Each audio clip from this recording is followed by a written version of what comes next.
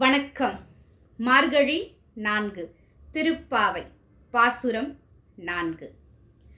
ஆழிமழை கண்ணா ஒன்று நீ கைகரவேல் ஆழியுள் புக்கு முகந்து கொடு ஆர்த்தேரி ஊழி முதல்வன் உருவம் போல் மெய்கருத்து பாழியன் தோளுடைய பத்மநாபன் கையில் ஆழி போல் மின்னி வளம்புரி போல் நின்றதிர்ந்து தாழாதே சாரங்கம் முதைத்த சரமழை போல் வாழ உலகினில் பெய்திடாய் நாங்களும் மார்கழி நீராட மகிழ்ந்தேலோர் எம்பாவாய்.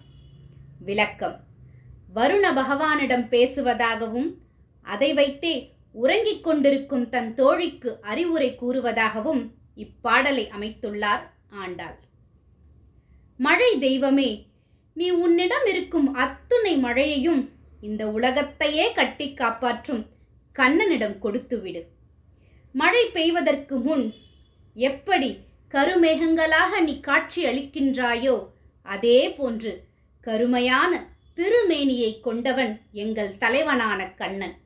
அவனின் ஒரு கையில் உயர்வான வலம்புரி சங்கும் மற்றொரு கையில் சக்கரமும் உள்ளது. அந்த சங்கினை போல் இடி முழங்க வேண்டும்.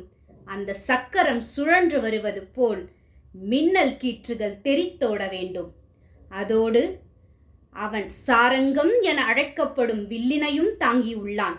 அந்த வில்லிலிருந்து புறப்படும் அம்புகளைப் போல் இடைவிடாது உலகம் முழுவதும் எங்கு எவ்விதம் தேவையோ அது கேட்டாற்போல் அவன் மழையை கொடுத்தருள்வான்.